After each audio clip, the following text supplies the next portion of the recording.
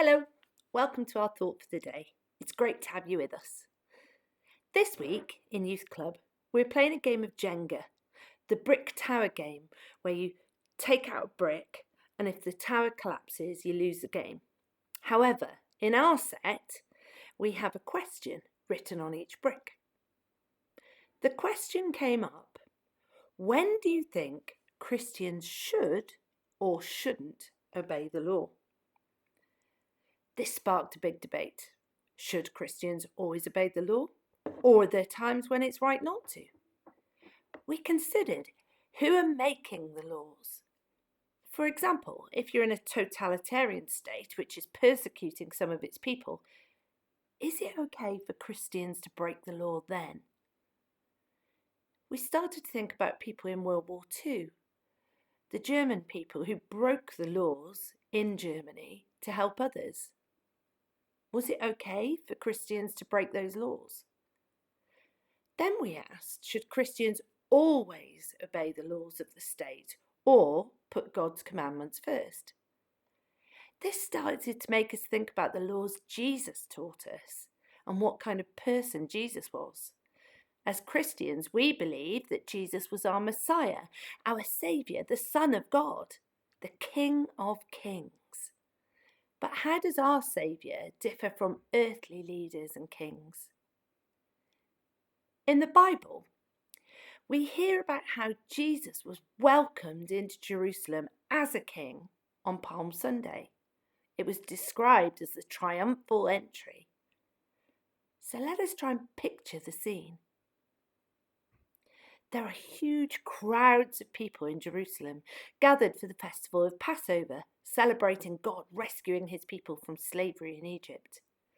The crowds are cheering, "Hosanna, Hosanna," and laying their cloaks upon the floor and palm leaves in honour of Jesus as he rides into Jerusalem. They're pushing forward to catch a glimpse of Jesus. Children through the crowds trying to race and see the King. They called out, "Blessed is he who comes in the name of the Lord. Hosanna, save us." Hosanna means save us now. But unbeknown to them, they were cheering a different kind of king. They were full of hope and excitement that Jesus would overturn the Roman oppressors. But unlike the kings of the world, Jesus arrived upon a donkey, fulfilling the prophecies of Zechariah in chapter 9, verse 16.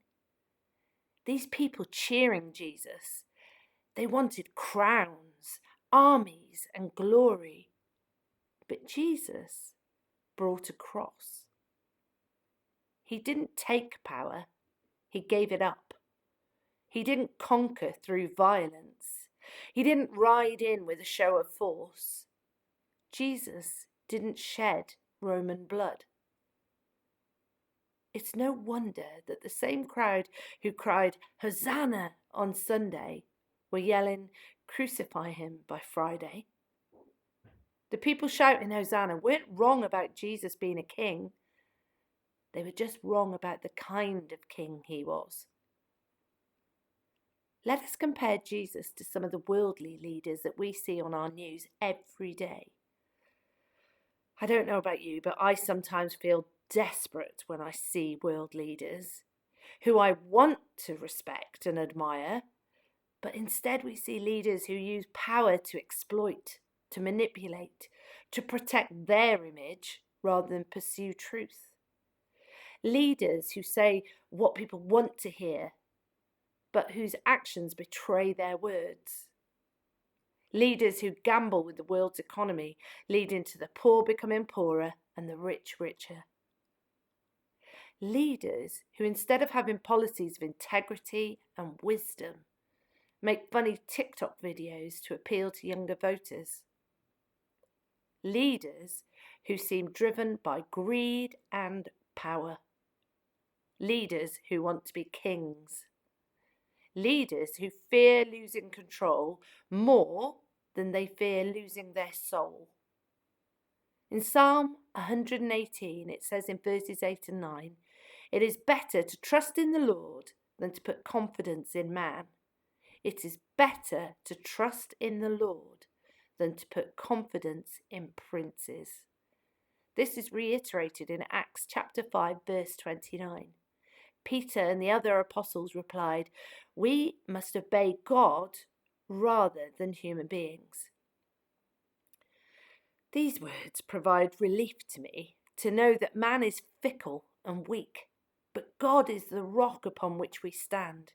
His strength is everlasting. Jesus is a king who never compromised.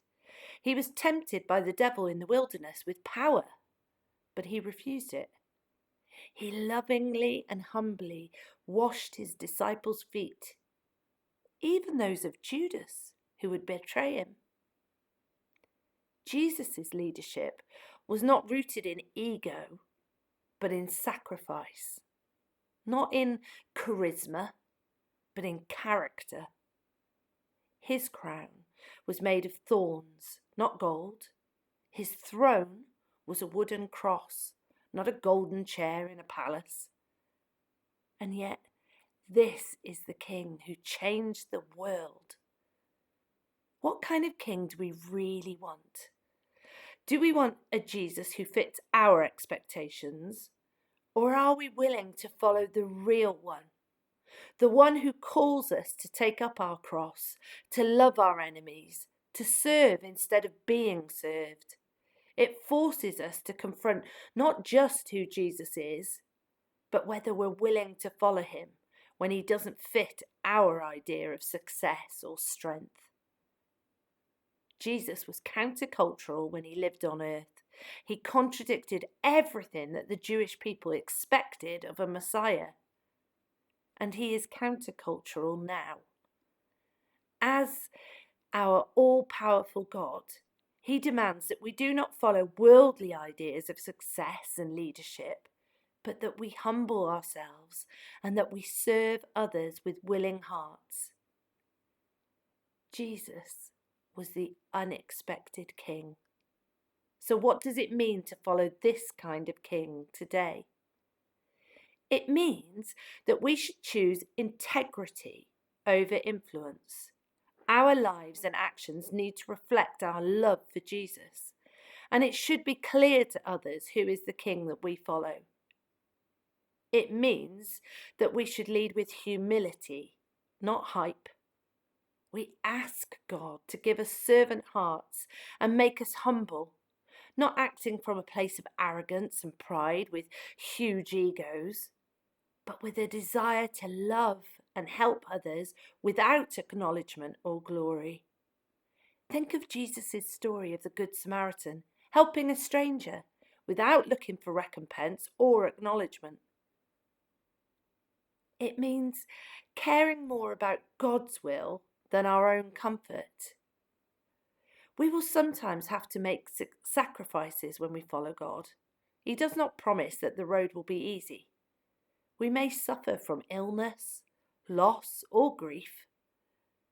But we can rest assured that God is alongside us through all of these struggles. He is ahead of us, behind us, and walking alongside us as we journey through life. It means standing for truth, even when it's costly. Which brings me back to our earlier question. When do you think Christians should or shouldn't obey the law? I want to remember a Christian who broke the law of his government to obey God's laws. His name was Dietrich Bonhoeffer, a German pastor. He spoke out loudly and defiantly against Hitler and the Nazi regime. As a result, he was forbidden to teach publicly and was forced underground.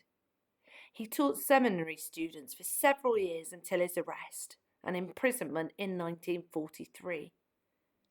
Incredibly, Bonhoeffer continued to teach from prison until he was moved to Flossenburg concentration camp. But even there, surrounded by barbed wire and death, he obeyed God's laws. He prayed with the sick, counselled those losing their minds, shared his blanket with those who were cold. Whilst there, he was condemned to death. At 39 years old, he was executed just 1 month before the war ended. Some of his parting words were, "This is the end. For me, the beginning of life." A witness later testified that Bonhoeffer never stopped praying, his voice steady, his hands calm, his face peaceful in a way that unsettled his executioners. Bonhoeffer's legacy lives on through his writing and through the powerful witness of his defiant stance against the injustice of his day. He once wrote, "When a madman is tearing through the streets in a car, I can, as a pastor who happens to be on the scene, do more than merely console or bury those who have been run over. I must jump in front of the car and stop it." So, we are called as Christians to stand for truth, even when it is costly. We are not called to be comfortable Christians. We are called to stand against injustice where we see it, and there is plenty to see in the world today. In a world craving strong leaders, Jesus is a leader of truth, integrity, and salvation. He is the leader that the world needs, and he is the leader that we should all crave. He is the King of Kings. The time may come when we will be called as Christians to put God's law above the law of the land, where we must stand up for justice and equality. If you have difficulty discerning when is the right time, I ask myself, am I being made to feel afraid? Is this of love? Is this of God?